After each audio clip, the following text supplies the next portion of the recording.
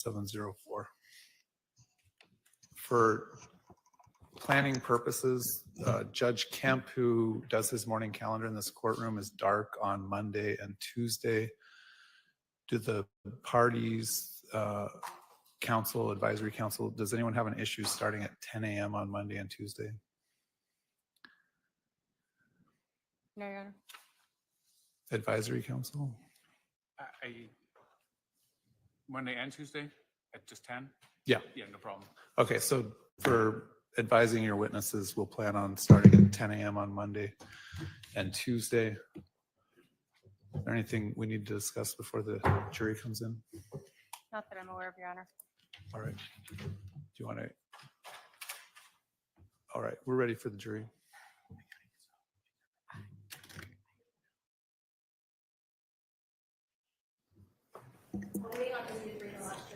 Okay.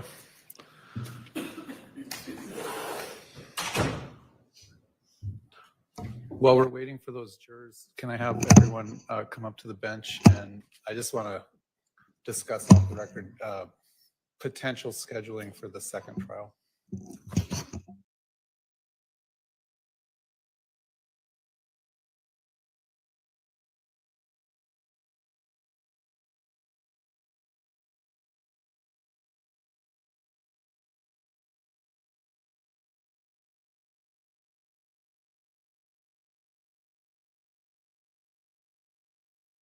Okay, the jury is coming in right now.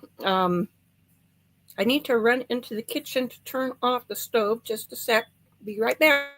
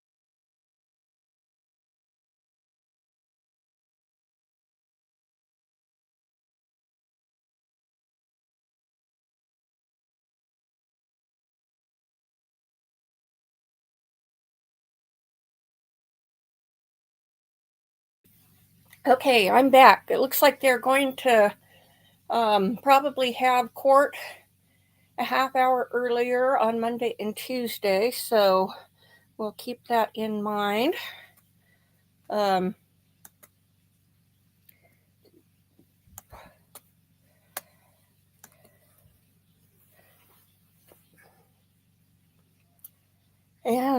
we're just waiting on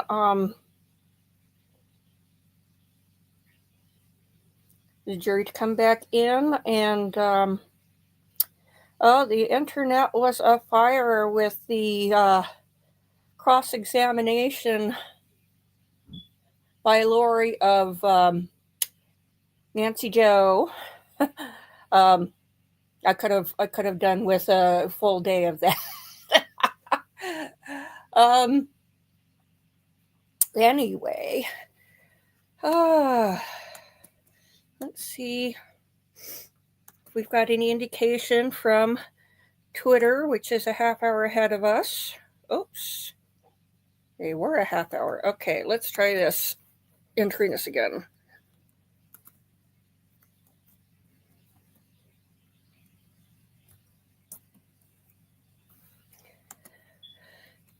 Okay, latest.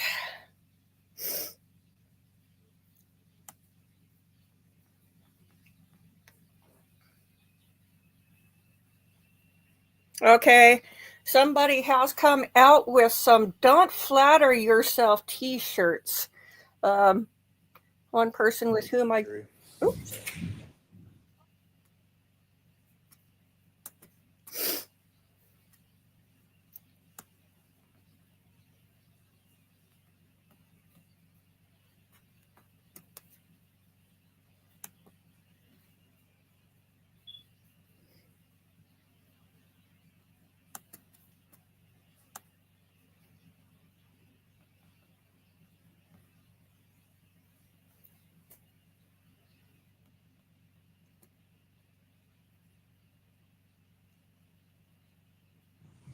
The jury is present. The state can call its next witness. Thank you. If I may go get him.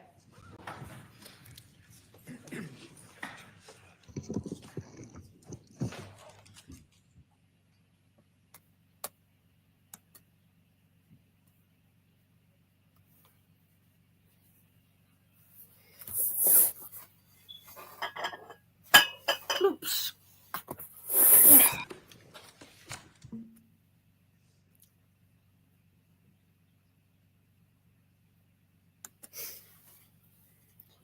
I think the jury's come in.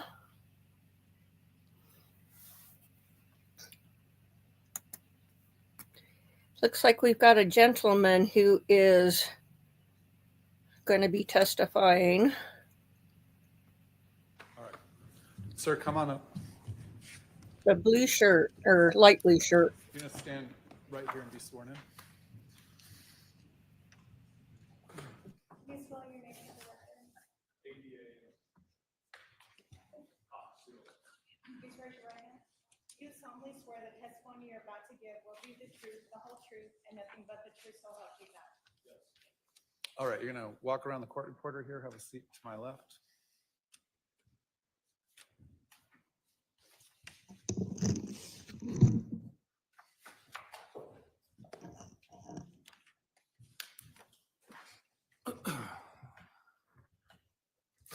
Sir, would you please introduce yourself to the jury?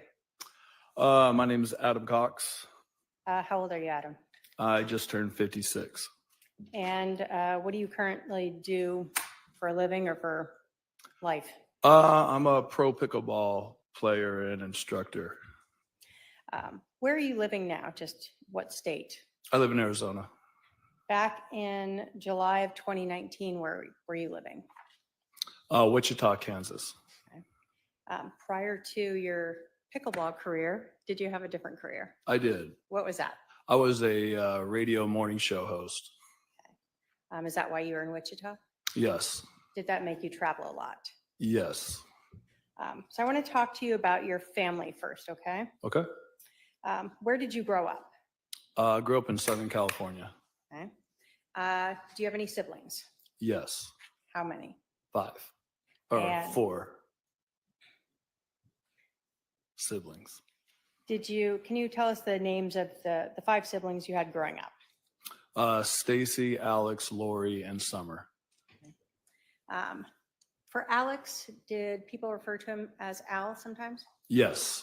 And for Summer, did people call her Sum? Yes. Were your sisters Lori and Summer close? Yes. I want to ask you about another family member.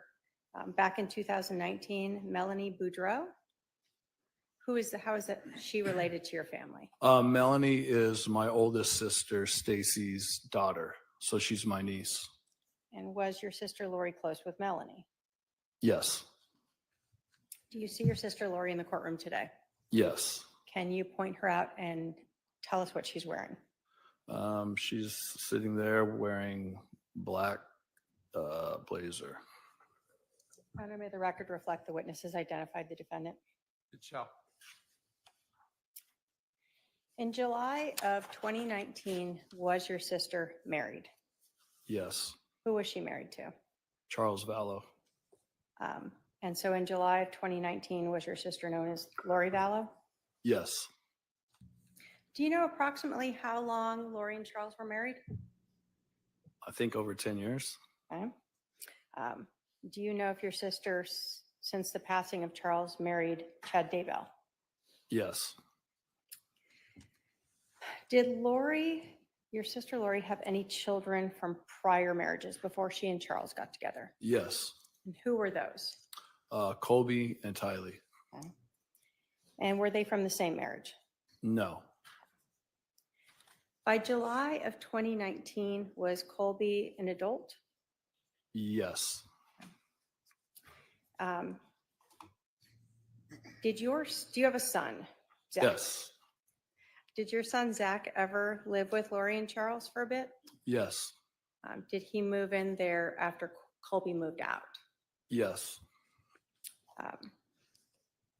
In July of 2019, was Lori's other daughter, Tylee, still under the age of 18. Yes. Do you know whether or not Charles helped raise Colby and Tylee? Yes. Did you know if Charles had any children from prior marriage? Yes. Do you know if do you know how many children he had from a prior marriage? I think 2. Okay. And do you know if either of those 2 children lived with Lori or Charles? Visited. I don't know if they ever lived there. Did Lori and Charles have any kids together?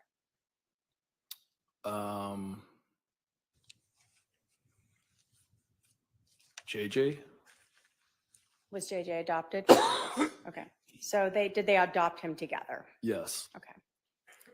So in 2019, did Lori and Charles have just JJ and Tylee as their kids living with them? Yes.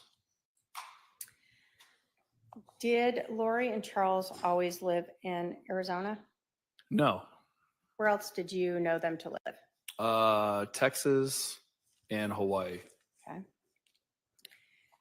We had talked about your brother Alex or Al. Were you close with your brother Alex? Somewhat. Do you know where Alex was living in July of 2019? What state? Arizona. And can you describe your brother Alex's relationship with your sister Lori? Were they close? I mean, I don't know if close is the word I would use growing up, but Describe just for us. normal brother-sister relationship, I guess. As they became adults, did they continue to be close, or what do you recall of their relationship? Yeah, over the last, I guess 4 or 5 years. The last 4 or 5 years between them was what? They were closer, they were close for like a year and a half, is what I remember. Before this happened? Yeah, they became oddly close for a while. How about the relationship between Charles and Alex? Do you recall what that was like? Just a normal brother-in-law relationship, I guess. Did you ever know them to do things just the 2 of them? No, I don't have any knowledge of that. Did your family sort of do a lot of big family events where everyone might be together? Yes. Yeah. Birthday meals, holidays? Yes. Adam, did you grow up a member of the Church of Jesus Christ of Latter-day Saints? Yes. And are you still a member of that? Yes. At some point, was your brother Alex excommunicated? Yes. Do you recall when that was? I think he was excommunicated twice. So I'm not sure the dates or when that happened, but when he was an adult. In 2019, was he still excommunicated to your knowledge? Yes. What does that mean to be excommunicated? It means that you do certain things to where the church it takes away your membership from the church. Are you able to go to temple if you're excommunicated? No. Is that important? Going to the church in our faith is important, yes. Let's talk about your relationship with Charles Vallow. Did you and Charles ever text? Yes. Did you and Charles ever talk on the phone? Yes. When Lori and Charles were married, were you aware that Charles would pay for things for the family, like cell phones? Yeah, I heard that there's people in our family that they're on his business cell plan. Or car insurance? Don't know about car insurance, but You knew about the cell phones. yeah. Did you know what Charles did for a living? Yes. What was it? He sold insurance. Okay. Did you know what kind of insurance? No, he explained it one time, but he was doing something with school teachers or helping them with their situation. Okay. Did you know whether or not Charles traveled a lot for work? Yes. Was he traveling to other states? Yes. And was that sort of throughout his marriage with Lori? Yes. Okay. Were you aware of whether or not your sister Lori worked prior to marrying Charles? Yes. Do you know what kind of work she did? She was a hairstylist. Okay. After she married Charles, did she continue to work outside the home? At a hair salon? Yeah. No, not that I know of. Was it your understanding Charles worked so she could take care of the children? Yeah, for the most part, yeah. So you were unaware of her doing any sort of outside work like she had done prior to being married to him? Yeah, I don't know any of that. At some point, did you learn or become aware of the fact that Lori and Charles were having some marital problems? Yes. Just yes or no, did you ever talk to Charles about why he and Lori were having marital problems? Yes.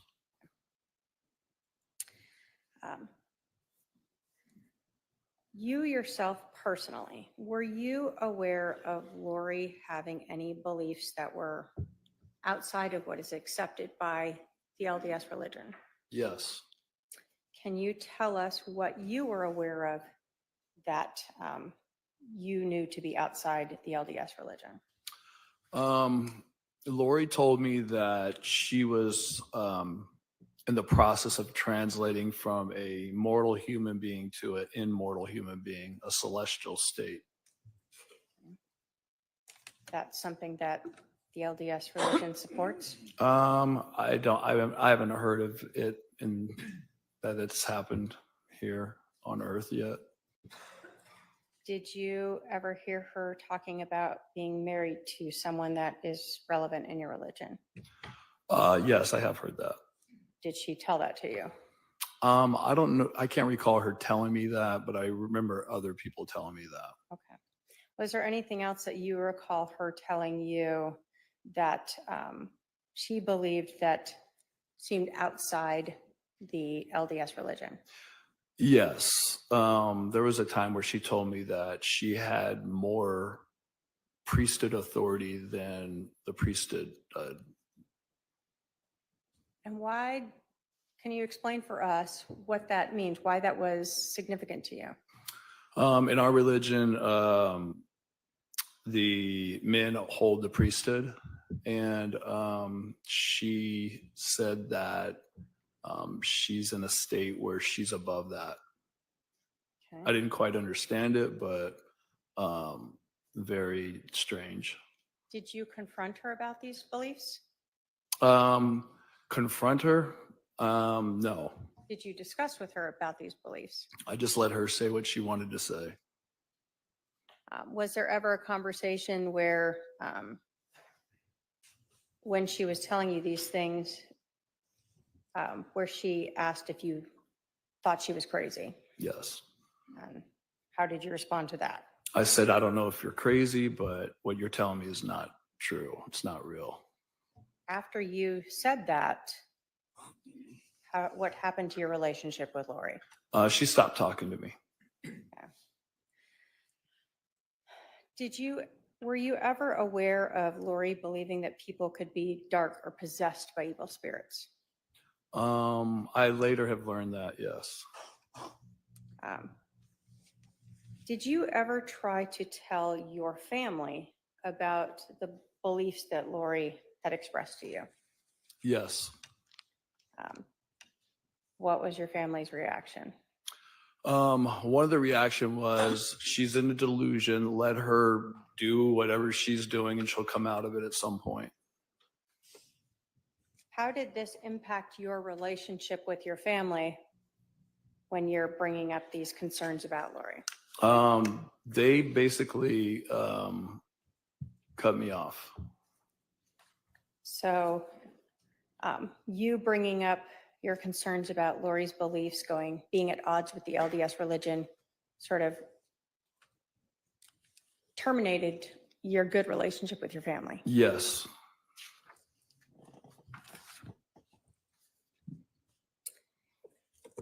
At the end of June of 2019, do you recall Charles sending, Yeah, I know that he played minor league baseball. and in this email was the person pretending to be Charles, asking about writing a book about his career? Yes. Was that something you knew Charles was not interested in? No, he's not, or wasn't. After you saw those emails that Charles had forwarded to you, where someone was reaching out to Chad, were they inviting Chad out to Arizona? Yes. After reading that and getting that forward and talking with Charles, did you believe that Lori was having an affair with Chad Daybell? Yes. Did you and Charles spend time talking about that? Yes. Was he kind of, I guess, in a tailspin? I'm not sure the best words to say from learning that. Yeah, he seemed a little desperate. Did Charles have some idea on how he thought he might be able to get Lori back into the LDS faith? Yes. What did you understand that to be? Charles just thought that Lori was going overboard and that she was going to the temple like 5 times a week, and that's not normal in our religion, and that she was going a little off the wall. So he figured that if she got her temple recommend taken away from her, that she would come back to normal, who she was before she started in all this things that she was believing. Now, you told us that you had heard yourself some ideas by Lori that were outside the LDS religion. Did Charles also tell you about other things that she had told him? Yes. Okay. And so did you talk with Charles about something that we'll term an intervention? Yes.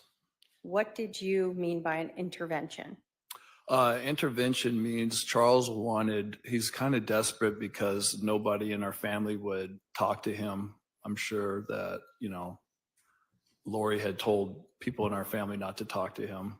So he thought that, having an intervention would be getting in front of her, recording her, giving it to the stake president, or having the stake president hear what she was talking about and hear the crazy things that she was saying. So the intervention was part of the way to try to get her to come back to the mainstream LDS beliefs. Yes.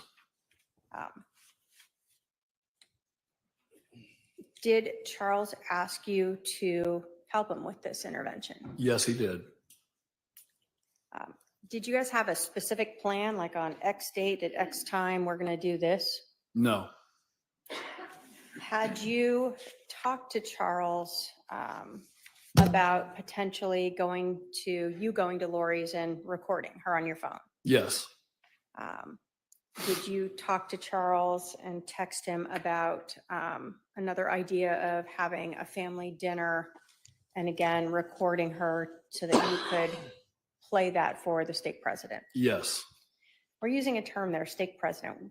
Who is that? What is that in your religion? Well, in our religion, we have our churches organized to where we have wards, and then a bigger, like 4 or 5 wards that are in a stake, and then there's a president of the stake, and so it's somebody who's in charge of everybody in the stake. Okay. So someone that's pretty high up in the church. Yes. Yeah.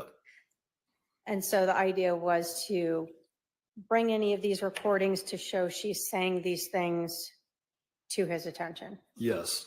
Okay.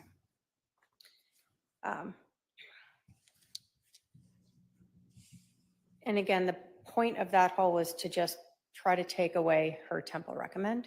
Yes. So on July 9th of 2019, did Charles talk to you about him flying you out so that you can help him with this intervention? Yes, he did. And did he offer to purchase your flight Yes. to bring you to Arizona? Yes. At that time, did your parents live here in Arizona? Yes, they did. At that time, was Lori here in Arizona? Yes, she was. And you told us your brother Alex was living here as well at that time? Yes. Was your sister Summer also living here at that time? Yes. And after Charles purchased your tickets, did you reach out to anyone in your family to ask if you could stay with them? Yes. Who did you reach out to? Alex, my brother. And did he offer to let you stay with him? Yes, he did. Were you supposed to fly in on the next day, July 10th? Yes. So your understanding was when you flew in on the 10th, you'd reach out to Alex and you'd spend the night there. Yes. Did you end up staying with him? No, I did not. So when you landed in Phoenix on July 10th of 2019, do you recall what time of the day it was approximately? Sometime around lunch. Okay. And did you reach out to Alex? Yes, I texted him as soon as I landed. Did you get a text response back? No, I did not. Was that unusual? Yes. So he's expecting you, right? Yes. Did you try calling him? Yes, I did. Did he answer your phone? No, he did not. Again, was that unusual to you? Yes. Did you think anything was odd at that time? Yeah, at first I was like, he can't be that busy. He knows I'm coming. Did Alex ever respond to you on the 10th? No. So he ghosted you. Yes. What did you think when you didn't hear back from Alex? I just thought it was very strange and bizarre. Okay. So you were supposed to be staying at Alex's. When you talked to him on the 9th, did Alex ever text you between when you guys talked and when you landed saying, I'm going to go stay at Lori's? No. Did Alex ever call or text you and tell you, you know, I can't have you stay with me. I know I initially said, okay, but not anymore. No. So he just ignored you. Yes. Where'd you end up staying? My mom and dad's house. Okay. On July 10th, did you understand Charles was also flying into Phoenix? Yes. Did you see Charles on the 10th? No, I did not. Did you see your sister Lori on the 10th? No, I did not. So you told us you stayed with your parents. What did you do on the 10th? They picked me up and we went to lunch. And then we just, I think, hung out at the house. You said your son Zach lived here at the time? Yes. Who was he living with at that time? I think he was living with my mom and dad. Okay. So although you didn't talk with Charles on the 10th, did you have an understanding of what he was going to do the morning of the 11th? Yes. What was that? He was going to go pick up JJ, his son. It was his turn to, I guess, have him for a few days or whatever. Were Charles and JJ really close? Yes. So the morning of July 11th, you were not expecting to get together with Charles at 7 in the morning, right? No. Did you get a text message from Charles? Yes, I did. And did you learn where Alex was? Yes, I did. Where did you learn Alex was? Alex was at Lori's house. When you learned this, was Charles texting you sort of in real time as he is coming to the house, Yes. explaining to you what he's seeing and what's going on? Yes. And are you responding back to him? Yes.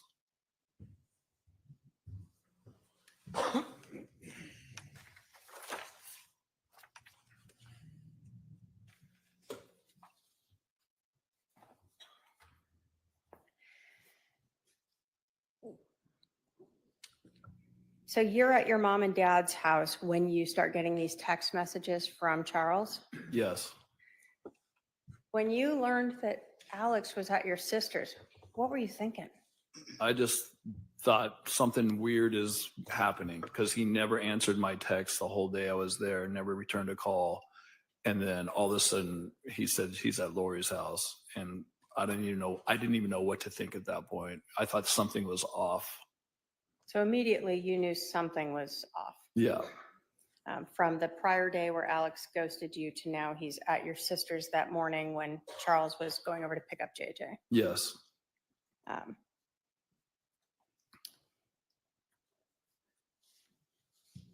Were you concerned that Alex was at your sister's house? A little concerning. Yes.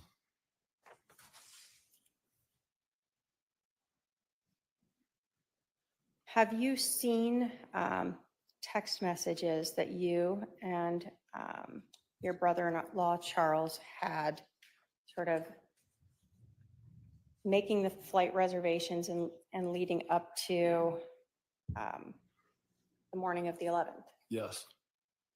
And were those all messages that you two had as you're trying to figure out how to have this intervention? Yes. And then ultimately, what you are seeing and saying that morning at 7:30 in the morning? Yes.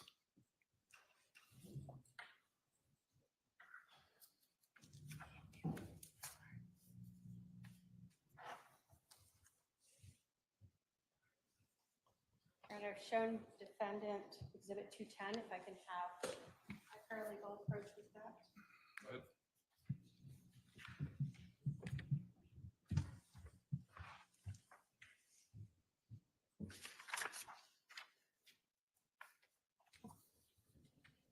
Adam, if you can take a look at those and let me know if you recognize those as text messages that you had with Charles, sort of the 9th, 10th, and 11th, as you are interacting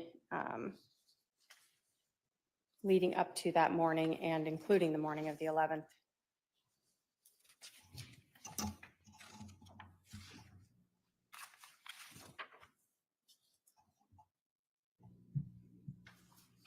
Yes. Your Honor, the state will move to admit exhibit 210 pursuant to 8031 as present Objection. sense impressions. Yes, Your Honor, we object in lieu of that is a report and not the full extraction. All right, well, may I see that particular objection wouldn't prohibit admission. It would go toward weight, but give me a second here.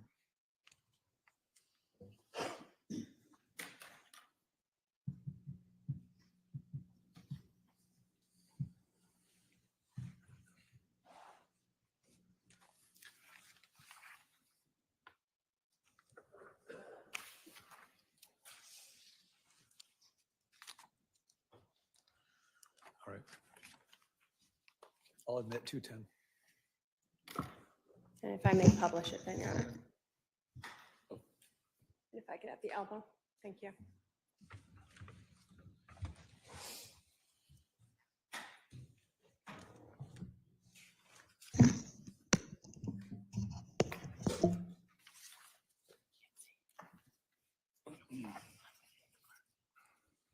Adam, I'm going to start sort of going back to, in Exhibit 210, the conversations that you and Charles were having as you're trying to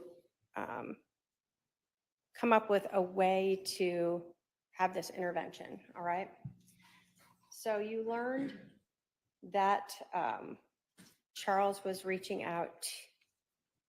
Well, let me ask you this. You had learned from Charles about this fictitious email, correct? Yes. Did you learn that Charles had reached out to Lori about it? One more time. Did you learn that Charles had reached out to Lori about this email? Yes. Did you learn that he had reached out to Chad Daybell's wife about it? I think I remember that. These are text messages. Were you also receiving emails from Charles? Yes.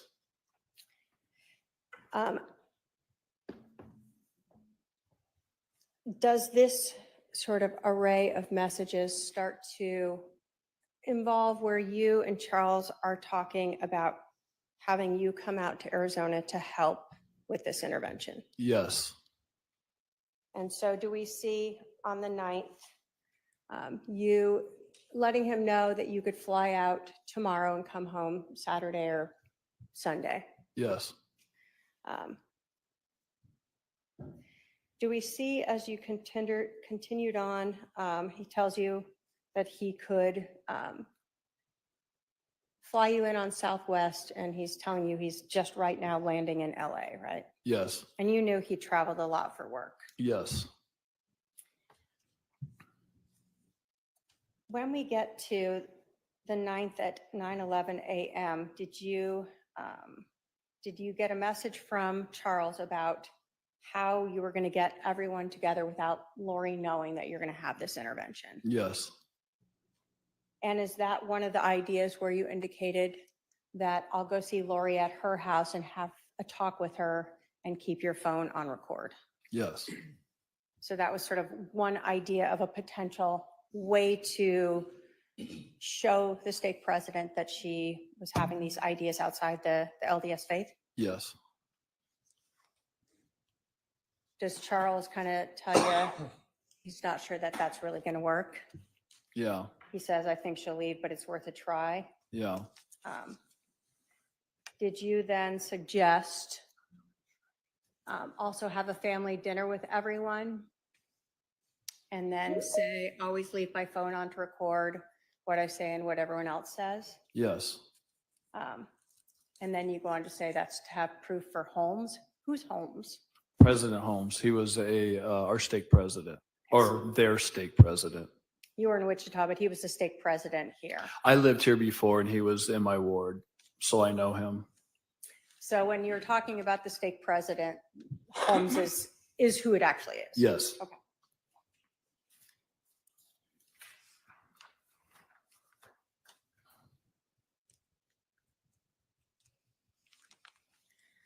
On the 9th,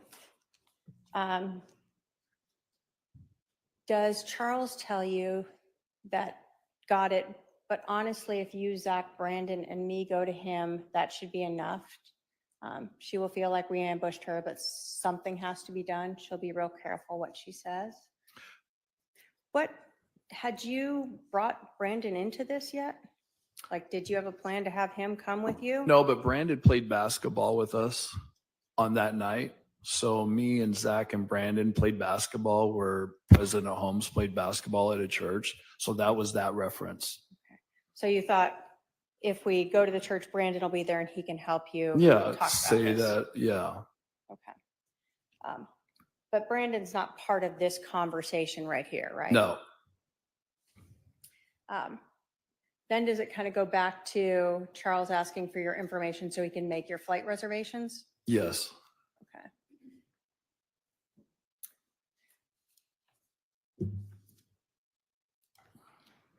Then at 1:13 p.m., does Charles let you know that your flights are booked and that he emailed that to you? Mm-hmm. And then does he go on to say, I'm really uneasy about how she will respond, not only to you, but to me and Zach and Brandon, right? Yes. In talking with Charles and this intervention, was there a constant concern of how she would respond to trying to take away her temple recommend? Yes. Was some of that based upon your understanding of the things she had said to Charles in the past? That and others. Apparently Lori was flighty. When Charles tried to serve her divorce papers, she disappeared and nobody knew where she was.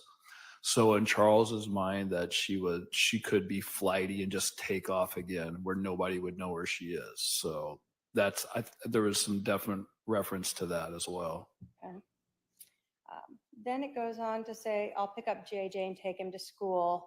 So you knew what he was doing that next morning, right? Yes. And you said she'll be there, right? Yes. Friday the same. So you knew his idea was he was going to be with his son in the mornings, Thursday and Friday. Yes.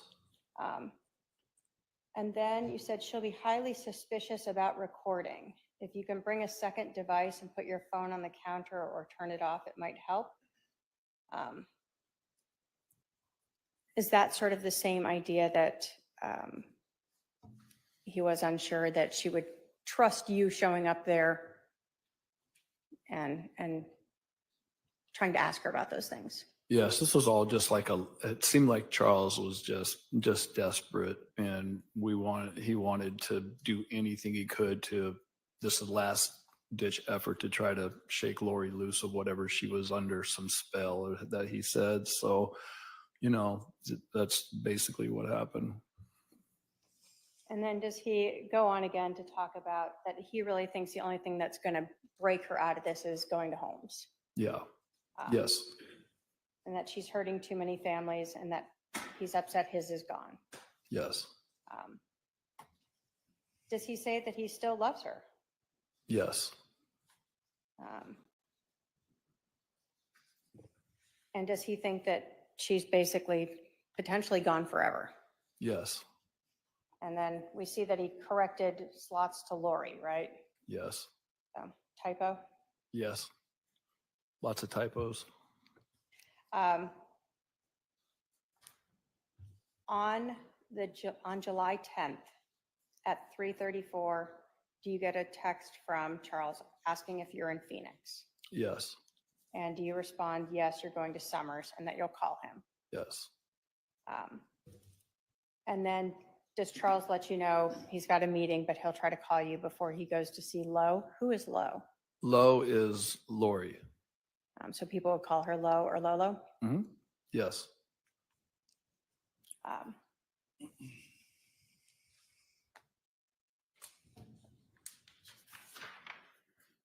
Do you remember if you talked to Charles on the 10th? On the 10th, what day was that?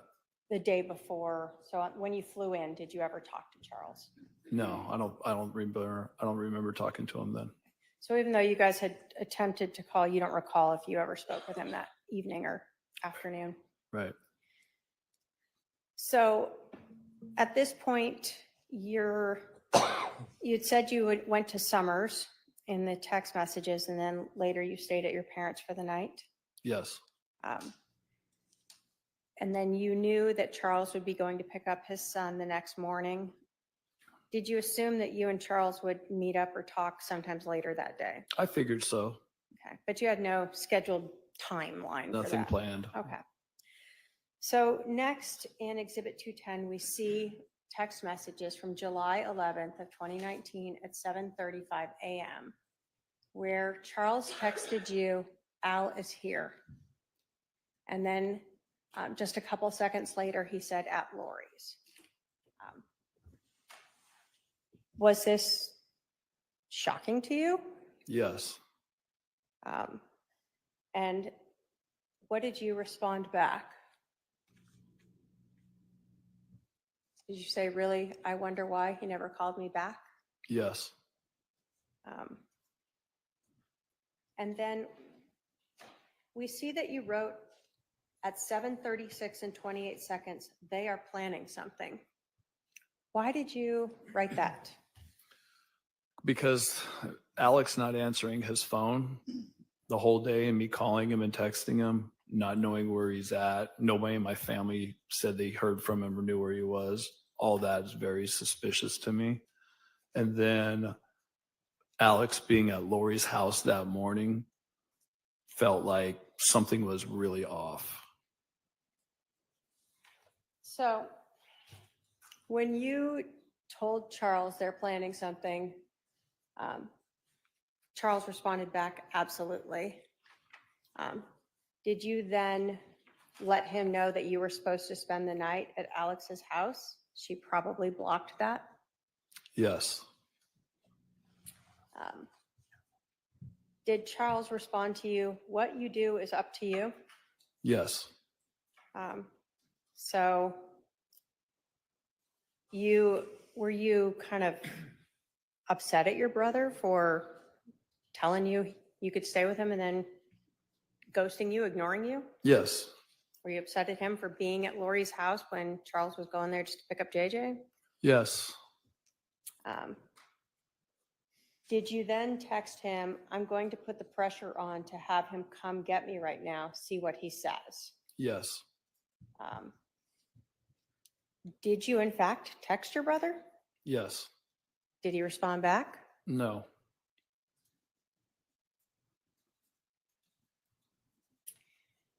As we're going along here, we see that each of these are being read sort of in this short period of time, these couple minutes that Charles is here as he's driving in.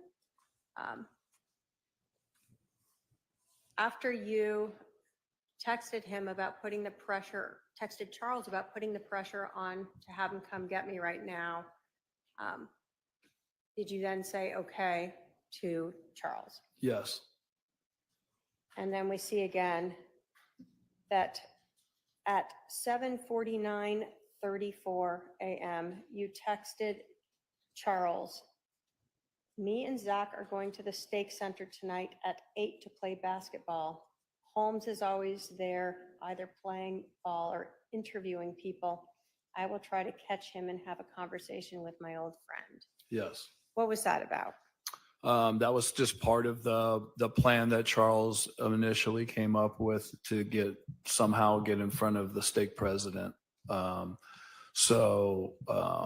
night, he's the stake president. He interviews people for Temple Recommends and also plays basketball afterwards. So that was just a thought of maybe this could be something that we could do to help with that situation. Okay. Now, up until 7:37 and 7, you had been interacting with Charles, right? You would respond and you were getting some text messages back from him. Yes. We see after 7:37 where he texts you, what you do is up to you, that he didn't respond back to any of your other comments, right? Right. So when you sent him at 7:37 and 29 seconds that you're going to put the pressure on him, you meant Al? Yes, Alex. To come get you, Charles didn't respond to that? No. And in fact, it shows that that message was read at 12:13 p.m. versus the earlier messages that were read sort of right in time. Mm-hmm. Is that yes? Yes. And when you told Charles that you and Zach were going to go to the stake center to play basketball and see if you could find Holmes, did you get a response from Charles? No. And again, we see that that was read at 12:13, correct? Yes.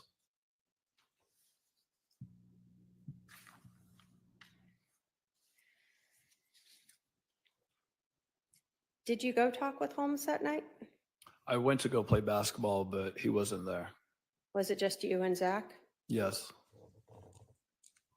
During the day of July 11th, at any time, did you learn that Charles Vallow had been shot? No. So Lori did not call you and tell you that Charles had been shot? No. Alex didn't call you to tell you that he'd shot your brother-in-law? No. Anyone in your family talked to you about it? Nope. How about the next day, Friday, July 11th? Did Lori tell you Charles had been shot? No. Alex contact you to tell you that he'd shot Charles? No. Anyone in your family talk to you about that? No. Did you decide to go visit a friend in Tucson on Saturday the 13th now? Yes. What were you going down there for? Going to see my friend Eric. And did anyone come with you? Yes, Zach did, my son. Okay.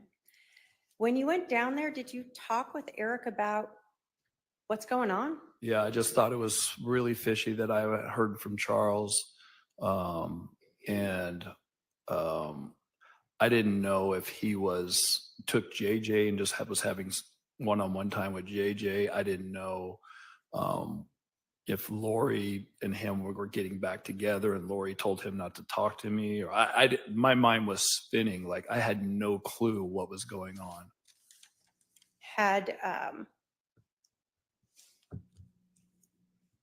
you talk to any of your family about it? Were you still keeping that intervention thing secret from them Um, at that point? no, at that point, but I think my nobody had heard from. I asked if anybody had heard from Alex, and nobody said that they heard from Alex in my family. But at that point, I was there spending time with my son Zach, also to help Charles with what he wanted to try to get an intervention with Lori, and also to see my friend Eric, because I live in Wichita. So I was trying to do 3 things at one time on my short visit. So on the 11th or 12th, though, were you still keeping that sort of secret that you and Charles had been wanting to do an intervention on Lori? Yes. You weren't telling your family, like, I don't know why we're not doing this. Charles asked me not to tell anybody. And was that actually sort of a message you guys had talked about of who in your family might be, might prevent any type of intervention? Yes. And who in your family were you guys concerned with if they learned about the intervention might try to stop it? Mom and Dad, Summer, Alex, too? Alex. Yes. So even though you're here and you're seeing your family and you're seeing your son, you don't want to tell them a lot about Charles because you're trying to still keep that quiet in case he does want to go forward with it. Exactly. Yes. So you're in Tucson and you start talking to your friend about Charles. Yes. Do you learn at some point that Charles has been killed? Yes. I was talking with Eric saying it just something doesn't feel right. I haven't heard from Charles, and usually he would text me or send me a message or something. And then Eric asked me, he goes, well, what's his last name? And I said, Vallow. And he was on his computer and he just Googled Charles Vallow. And he said it popped up that he's been killed by his brother-in-law. So you learn this. What is going through your mind now? Just everything, chaos. I just knot in my stomach. Just probably one of the worst feelings I've ever felt in my life. Obviously, you had been concerned that something was being planned when you told Charles that on the morning of the 11th, right? But Well, not that. not that, but yeah, it felt like something was off. That why Alex would be at Lori's house that morning. Did you know your brother Alex to carry guns with him? Yes. Did he regularly go shooting with guns? Yes.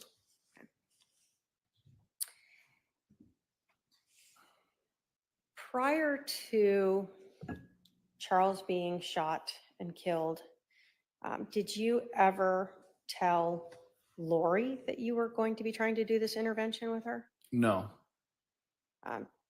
Prior to Charles being shot, did you ever tell Alex, hey, I'm going to stay with you, but we're trying to do an intervention with Lori? No. What about your parents? Did you ever tell them you were going to try to do an intervention? No. Your sister Summer? No. So if your sister told detectives a couple hours after Charles was shot that she was confronting Charles about you and Charles talking and texting, it wasn't something that you told her about? No.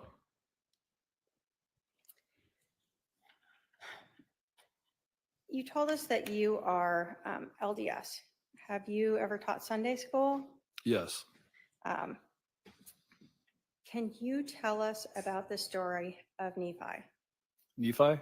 Mhm. Well, Nephi was a prophet in the Book of Mormon. It's the first chapter. He was a prophet, very humble and faithful servant of the Lord. Ironically enough, his brothers tried to kill him at one point. But he actually ended up going to Jerusalem to get these plates back, and he was run off, came back, and then went back again because the Lord asked him to. And when he did, the King Laban, who was actually a wicked king, was laying on the ground drunk in front of him. And Nephi was told to kill Laban. Who was he told by? The spirit, or Okay. God.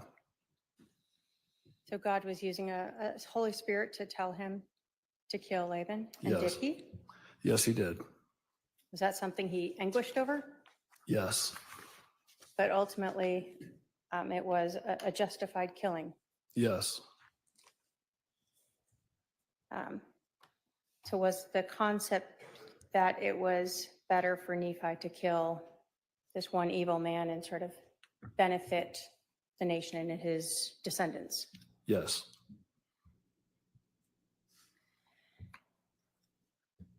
Were you aware that that your sister had told people that Charles was possessed by evil spirits? Yes. Were you aware that your sister had told people that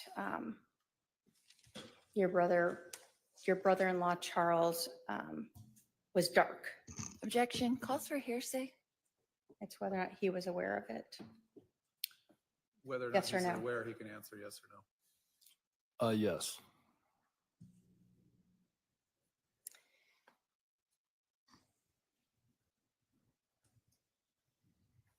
When you and Charles were talking about this intervention,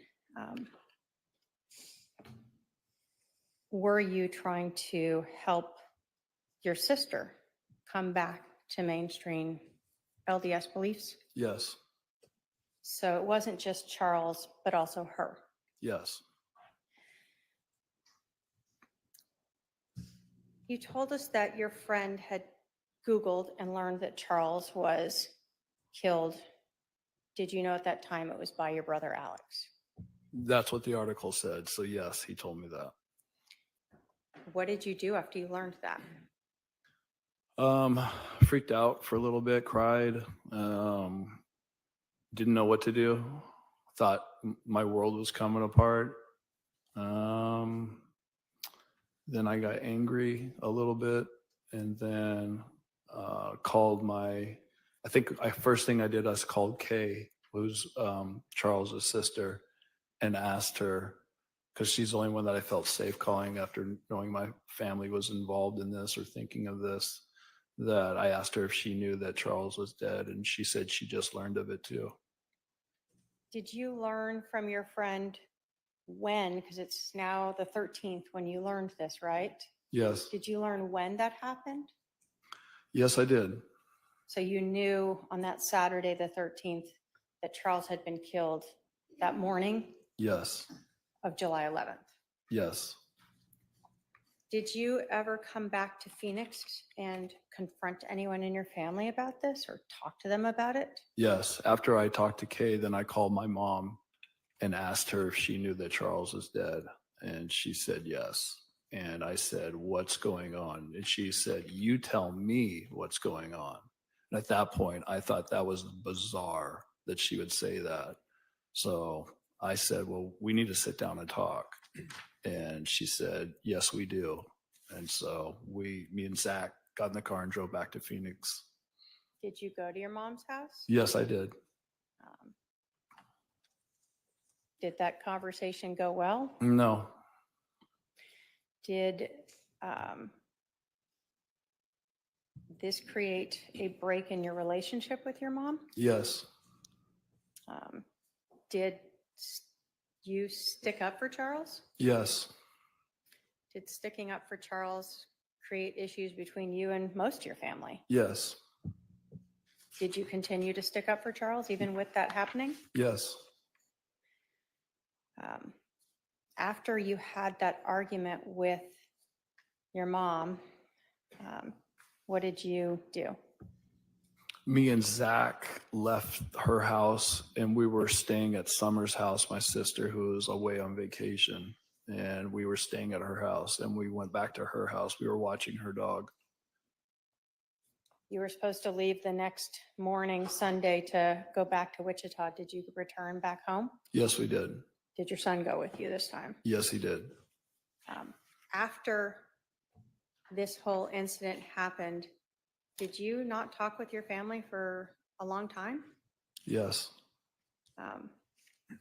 Did it cause a lot of friction in your family? Yes.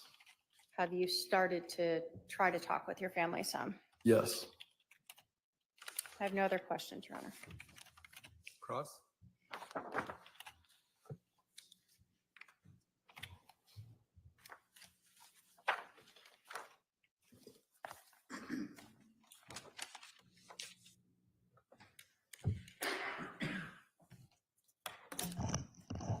Mr. Cox, how long has it been since we've seen each other in person? Don't know. When was the last time you saw me? I don't recall. So, has it been a year, 2 years, 3 years, 5 years, 6 Something like years, that. 7 years, 8 years? Something. Okay. So, you have no idea. Nope. You have no idea when the last time you saw me in person. I don't know the year or how many years it's been.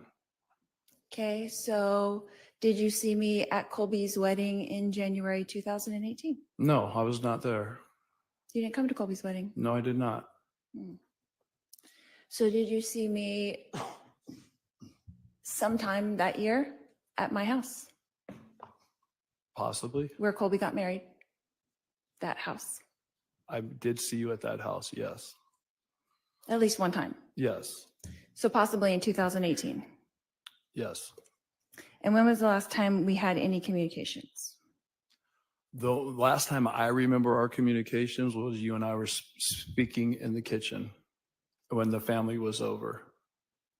Okay. So you think that was that time in 2018? I think so. Okay. And were we eating my green chili chicken enchiladas? Do not remember that. You do not remember that? Nope. Is that what I made every time we had a family get together, which was like 10 times a year? I don't remember that. Okay. And when was the last time that we had a phone call or text message? I have no idea. Could it possibly be around that exact same time? Possibly. Okay. So that was possibly in early 2018? Yes. Okay.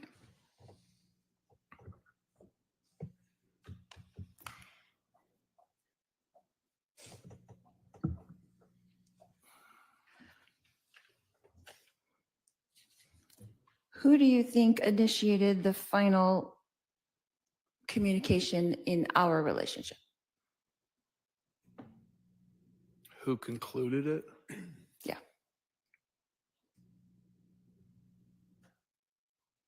I don't know. So right now it's 2025, is that correct? Yes. And so we haven't spoken in about 8 years. Would that be correct? Probably 7 or 8 years. Okay. So would you say up until that point that how often would we communicate before that? Before what? Before 2018? Probably on a regular basis. Once a month, twice a month, 3 times a month. Like a call or a text message? Yes. Just keeping in touch? Yes.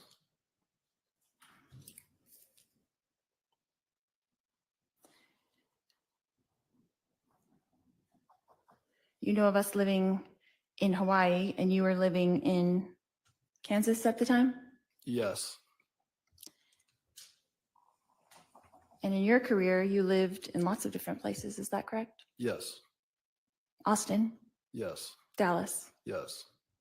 New York, Yes. Wichita, Yes. Sacramento. Yes. Did I miss anything? Others. And I was in Texas, Yes. Arizona, Yes. Hawaii. Yes. So would you say that we were not physically close during the past 20 years? Yes, I would say that.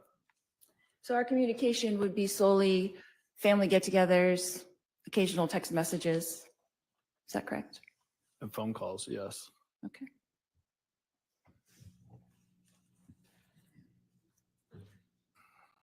So, Mr. Hawks, did you see or hear or personally witness me conspire with my brother Alex Cox to murder my husband Charles Vallow?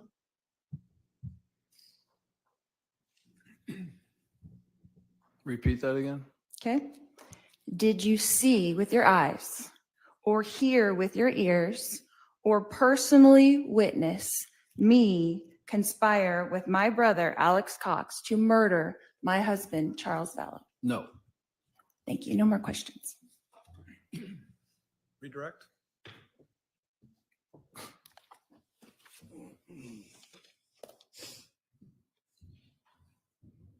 Have you talked to your sister since Charles was shot and killed? No.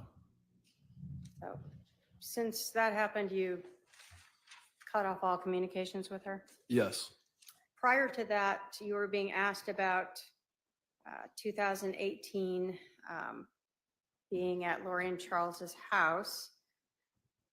Was that the time where Lori told you she was becoming a celestial being? Yes. And the time where she was telling you other ideas that were not in line with the LDS faith? Yes.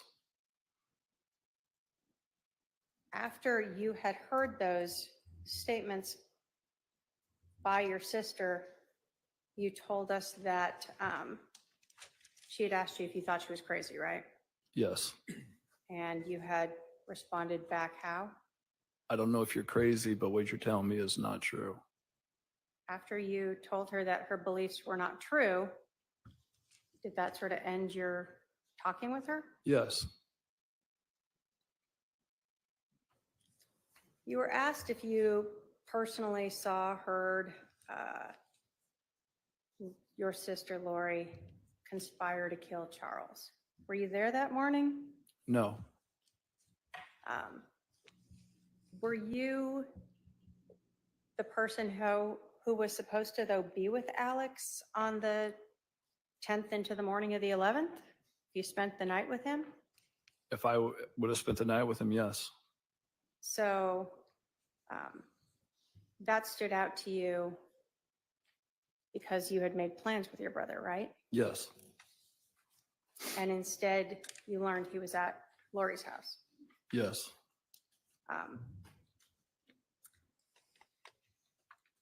You told us that you thought it was odd that your brother would be over at your sister's house at 7:30 in the morning. Yes. And you were aware that your brother had guns. Yes.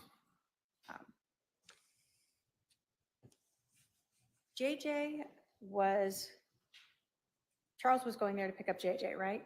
Yes. And so did it seem odd to you that your brother would bring a gun that was loaded with extra magazines that was not safe to your sister's house where JJ was? Objection, out of scope. This is not just Goes to a the conspiracy. redirect. This is not just a redirect. Hey, I didn't ask for argument. Okay. The objection's overruled. What's the question? Sure. Did it stand out to you that your brother, who knew JJ, would bring a loaded gun and extra ammunition to the house where JJ was running around? Well, It I didn't know at the time. Yeah. You're saying afterwards? Yeah, you learned afterwards your brother killed him, right? Yes. And when we're talking about this conspiracy and things that are going on, did that seem odd to you that your brother would bring a loaded gun and extra ammunition in his unsafe way to a house where your sister's son, JJ, lived? Yeah, it seems extreme. When you were talking to your family after this happened, did you actually tell them that you believed that Lori and Alex had conspired to kill Charles? Yes, Why was that? because Lori had told people that Charles was no longer living, that some guy named Ned was inside of his body, that there was a zombie living inside of him. And Alex didn't respond to any of my text messages when I was supposed to be with him. And he was at that house that morning. Lori talking crazy about how she's a translated being. All these things all added up into that moment and that morning. Once I found out on Saturday that Charles was shot and killed, no doubt in my mind that they killed him. That's a feeling that I got. And you told your family that. Yes. No other questions. The last line of questioning from the possession of the gun on, I think the defendant's right, was technically beyond the scope of her cross. So based on that, I'll allow the defendant, if she wants to recross on those issues, if she elects to, may do so now.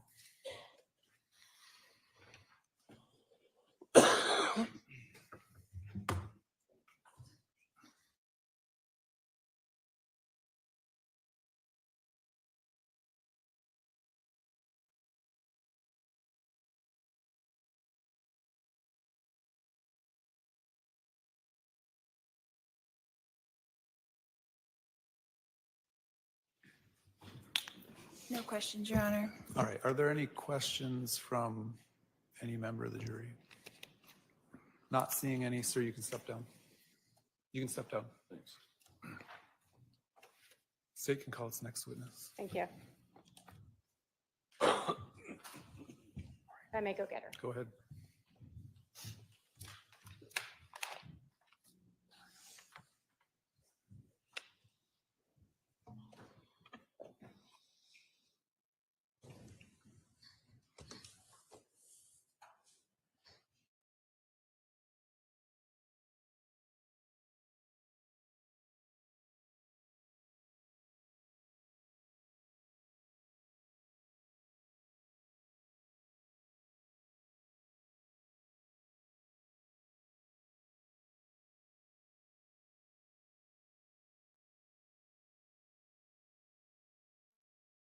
Well, that was rather disappointing. I was hoping for more fireworks. Of course, Adam did not.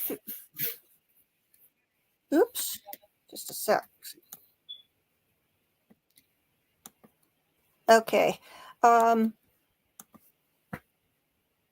course, Lori and Alex did not discuss the conspiracy to commit murder in front of third-party witnesses. That would be stupid.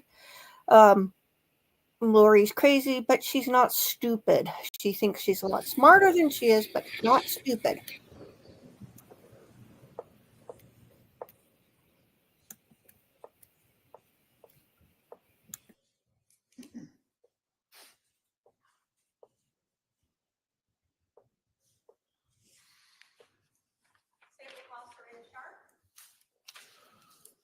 All right, you're going to come right up here. My clerk will swear you in. You're going to stand right here.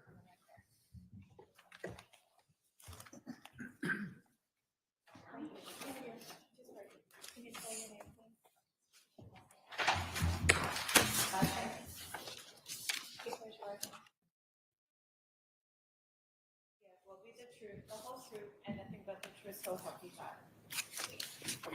You're going to walk around the court reporter here and have a seat just to my left.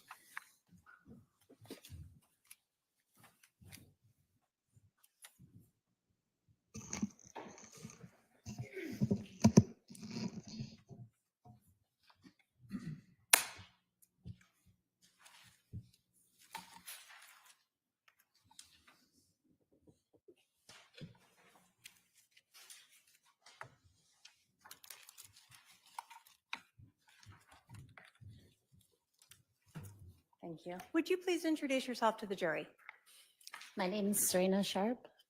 I'm going to have you pull in a little or move the mic down a little closer to you so we can hear you. Thank you. How old are you, Serena? How old am I?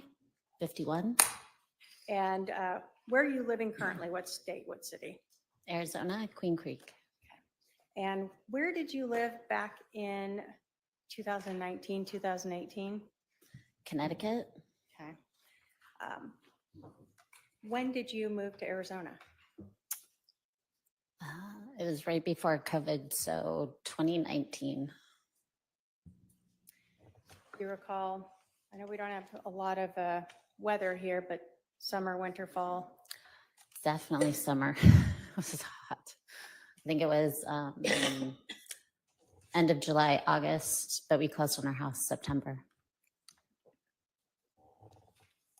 Are you a member of the Church of Jesus Christ of Latter-day Saints? Yes. Were you raised in this church? Yes. Do you consider yourself a spiritual person? Yes.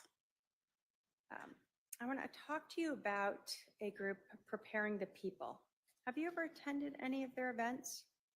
Yes. Two. Can you tell us what those are? They were conferences that helped people prepare physically and spiritually for emergency preparedness and the second coming of the Lord.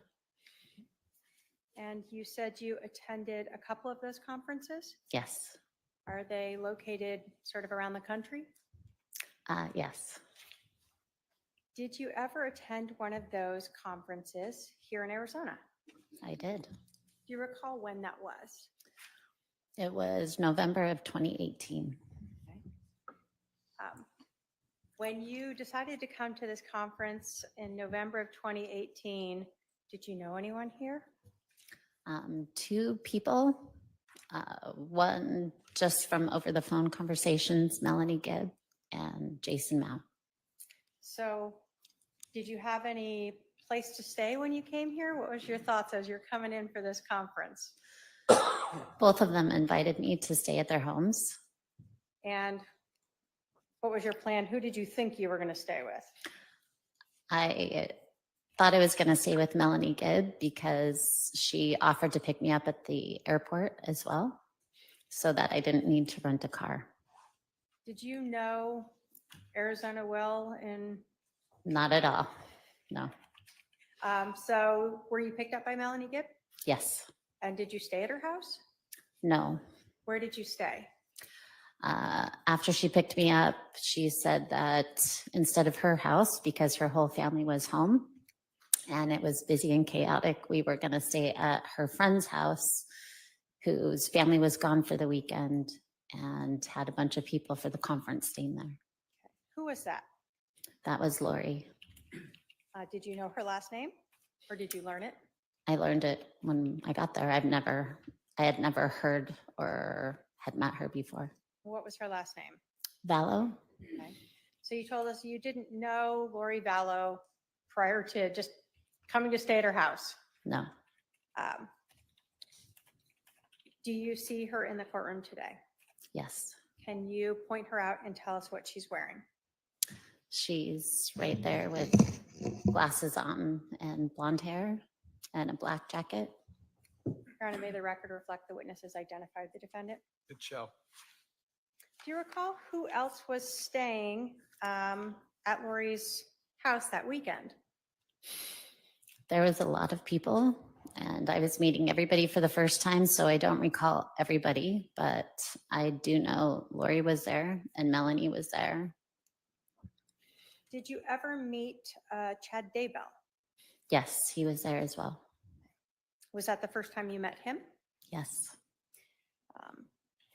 So during this event, are you going between Lori's home and to a location where the conference is at? Correct.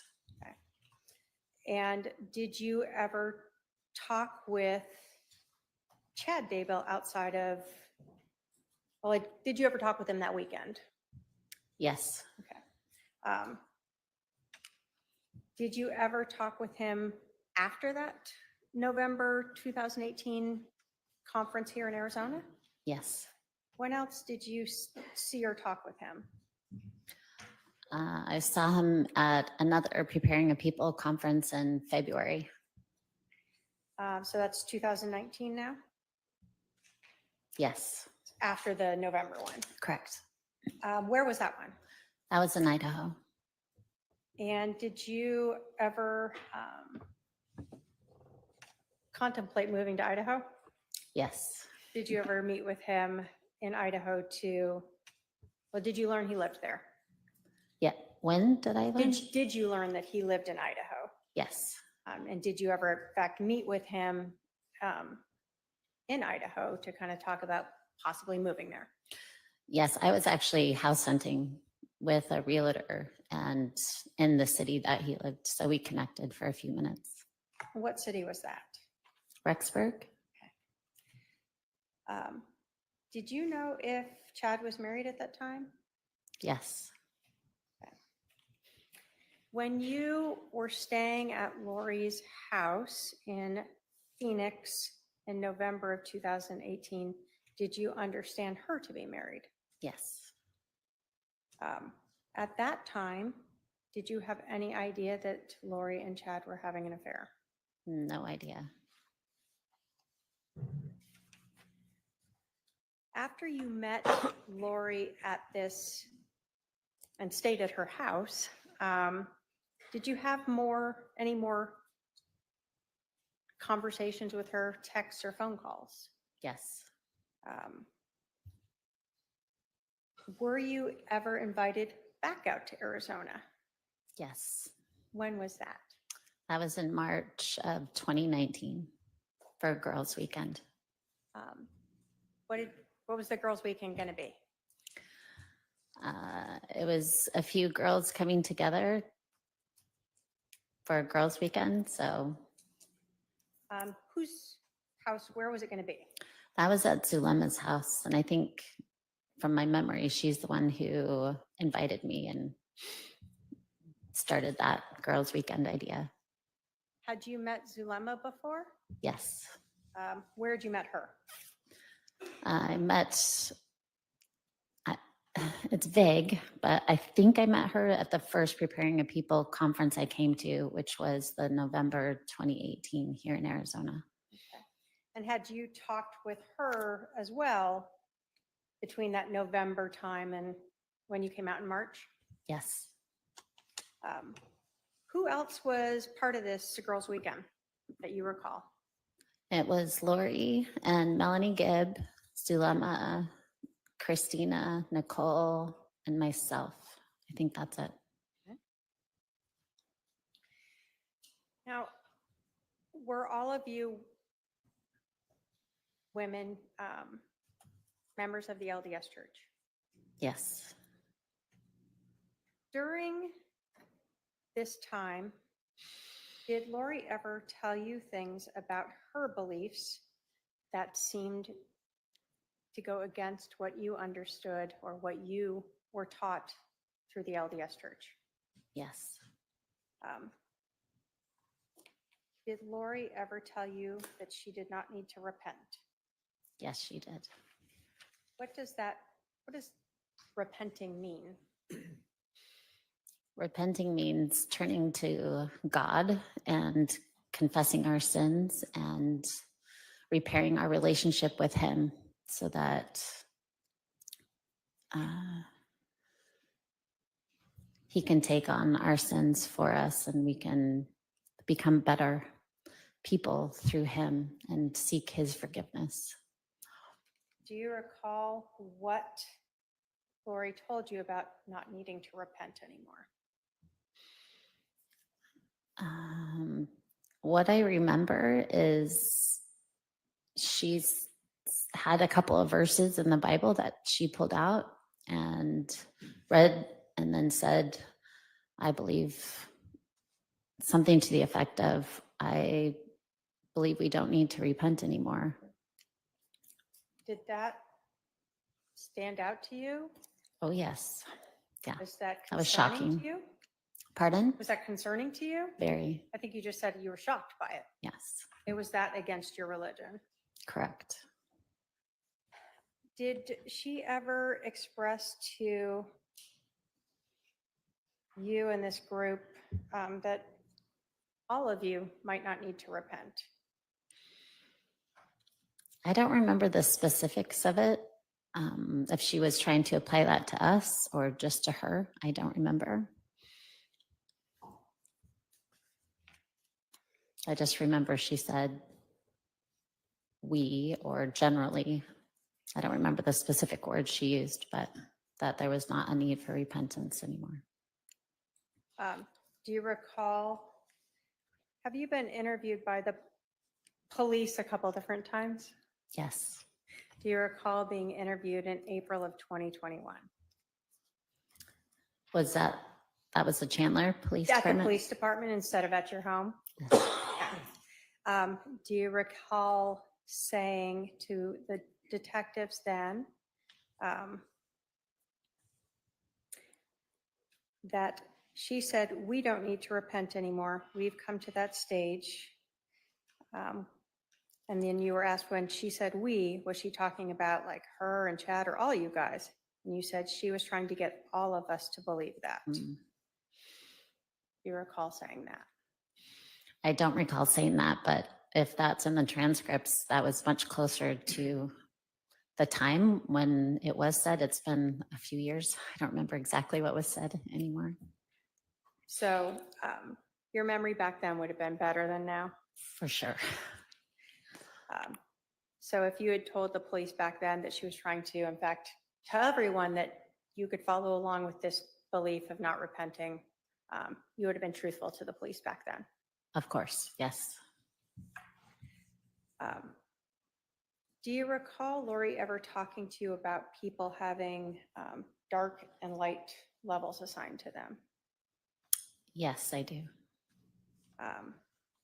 And do you recall Lori ever talking about not needing to repent because she was translated? I don't remember her using that specific word, but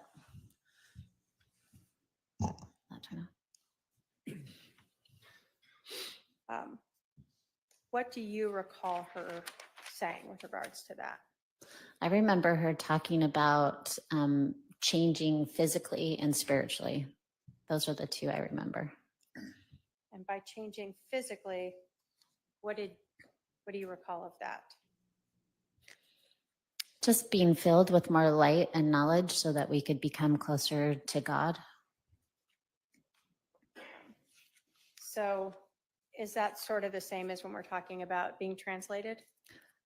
Yes. Okay. I just don't remember her saying that specific word. Okay.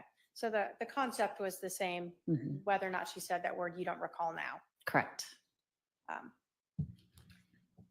Did Lori ever talk to you either that weekend or prior to that about casting? Yes. Do you recall if Lori was the person who brought up casting? I believe she was, from my memory. Do you recall if she talked to you about casting on more than one occasion?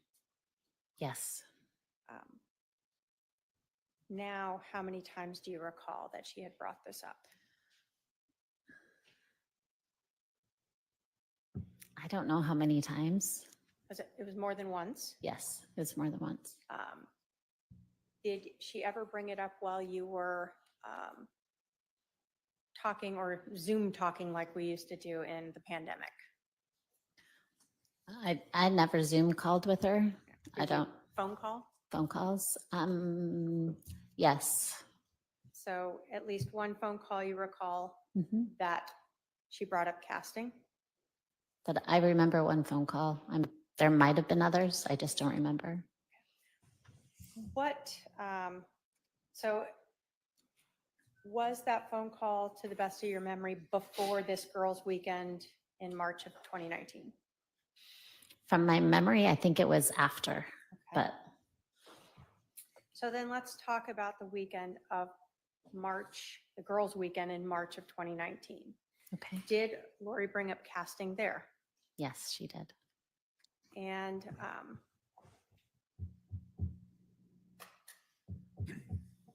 the other time when Lori had talked about casting, whether it was before or after, was this to sort of cleanse society, sort of a generic, I don't want to say generic, but to try to cleanse evil from an area or a population, not a specific person.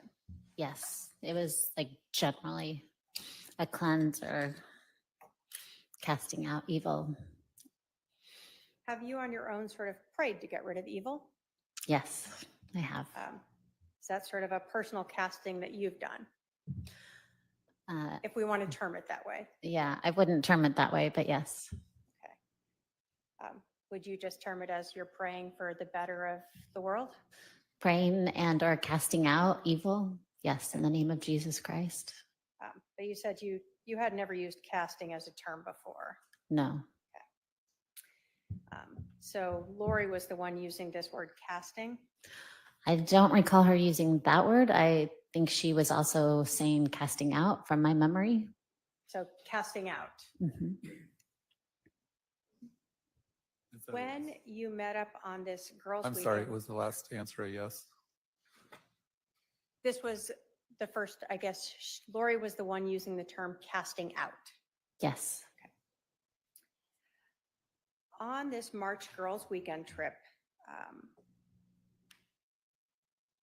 do you recall having Lori ask everyone to help cast out as to a specific person? Yes. Can you tell us who that was? It was her husband, Charles. Had you ever met Charles before? Vague memory, but it was a quick, I think, meet as I was leaving Arizona for the Preparing a People conference in November. I was going to the airport and I think he was coming in at the same time. Again, it was pretty chaotic. Yeah.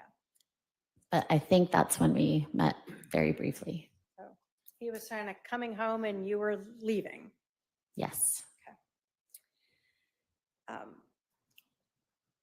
Did this seem unusual to you to do this, to be asked to cast out as to a specific person? Yes. But not. Did you say unusual? Did it stand out to you, her asking you to cast out as to her husband? Yes, it stood out to me. During this weekend, did Lori talk to you about her husband, Charles Vallow, being possessed? Yes, she did. What do you recall about her talking about her husband being possessed? I recall that she spoke about her husband being possessed by an evil spirit, and she named the evil spirit. Do you recall what the name was? Yes, What was it? it was Ned. Ned? Ned? N-E-D. When you heard this, did that stand out to you as well? Very much, yes. Very unusual. Are you someone who questions things? Or Yeah. do you just go with the flow? I question things. So you're hearing these things from Lori that are standing out to you, some of them very against your religious beliefs. Are you starting to ask about some of these things? Yes. I remember I was asking a lot of questions about the repentance thing she brought up. And I remember asking and talking to some of the other ladies about the casting out in a group setting before or stuff like that. Do you recall Lori Vallow telling you that her husband Charles was no longer Charles, that he was now this possessed person? Yes.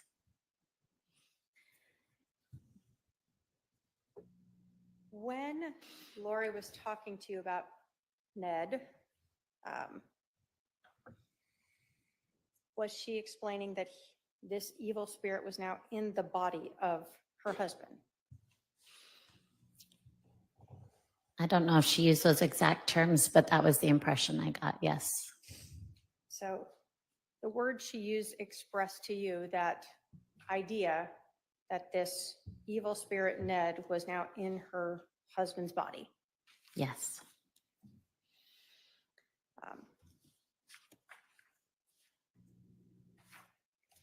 So, did you ever hear Lori use the term zombie? I did. Is that another thing that kind of stuck out to you? Very much.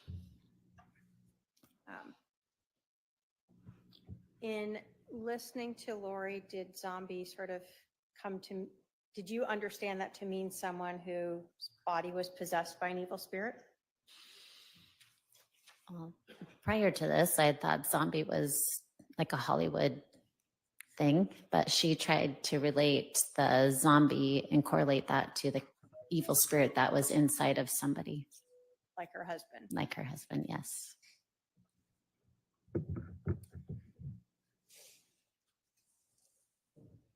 Did you ever start to question Lori about zombies and these evil spirits inhabiting her husband's body? Did you try to question her about that? I don't recall specifically.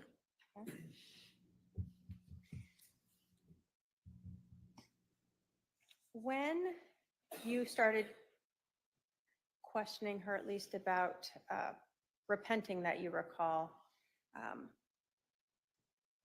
did you see a difference in how you were treated? Soon after that girls' weekend, yes. So let's talk about the group casting. What happened? What did you guys do for this group casting for her husband, Charles? All the ladies came together and we were all in the same room just talking. And I remember coming together. I don't remember if we were standing or sitting, but I remember Lori started and asked for this help for her husband because she needed to cast out this evil spirit. And she asked to just go around the room and each of us take turns casting out to see if we could get rid of this evil spirit within him. Ned. And this was the first time you'd ever had anyone ask you to be part of some group to cast out, Yes. and a group to cast out evil spirit as to a specific person. I've never done that in a group setting before. Never even heard of that before. After this weekend, let me ask you, how many days do you recall that you were here? For which? That March? That March? Yeah. Just a couple days. I don't recall how many. Just a couple days, though. Okay. So Like a weekend, maybe? just the weekend type of thing. Approximately. During that time, do you recall just the one evening where Lori had asked you and the other women to cast out this evil spirit and her husband? Was there just one incident that weekend that you recall? One incident. I'm sorry, I don't understand the question. Over the March Girls Weekend, Mhm. was there just the one time where Lori asked the group to cast out Ned from her husband? From my memory, yes, I think so.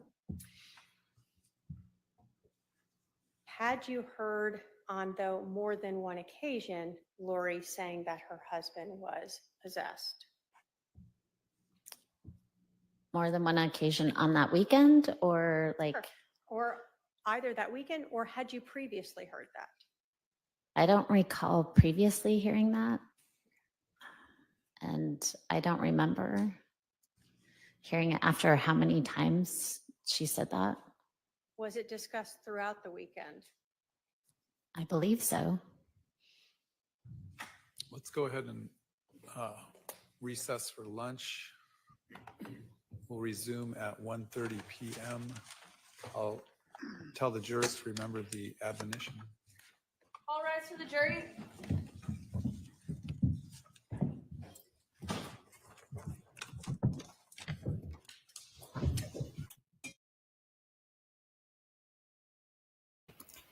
Wow. 1:30. That's okay. That is in just under 50 minutes. And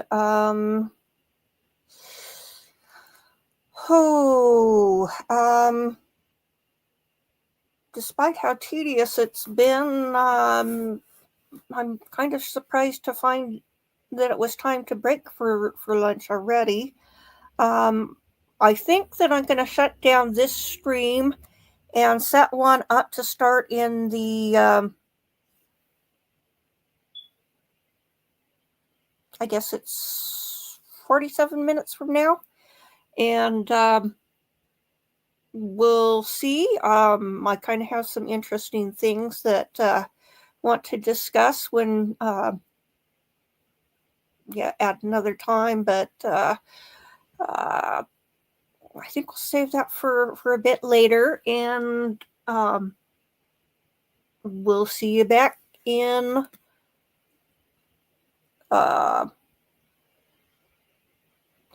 it'd be 1:30 Arizona time, so 2:30 for me. I guess that's 4:30 for the East Coast.